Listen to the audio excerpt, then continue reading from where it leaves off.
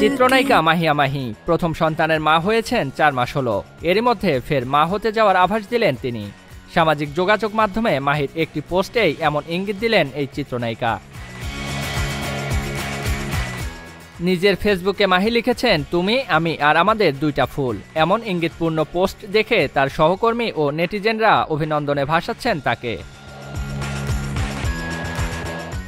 নেটিজেনরা ধারণা করছেন 2টি ফুল বলতে ছোট্ট ছেলে মোহাম্মদ মোসাইব আরুস শামসুদ্দিন ফারিস সরকার এবং অনাগত সন্তানকে বুঝিয়েছেন তিনি।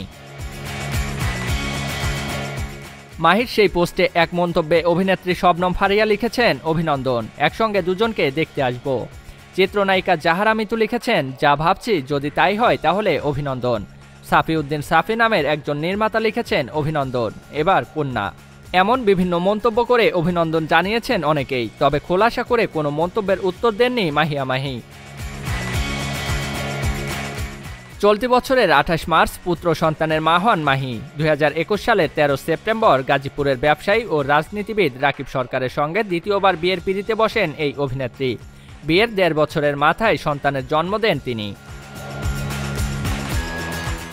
এর আগে 2016 সালে সিলেটের ব্যবসায়ী মাহমুদ পারভেজ অপুকে ভালোবেসে বিয়ে করেছিলেন মাহি। সেই বিয়ের পর তাদের 5 বছরের সংসার ভেঙে যায় 2021 সালে মে মাসে। জিয়াউল ইসলাম, এসটি এন্টারটেইনমেন্ট।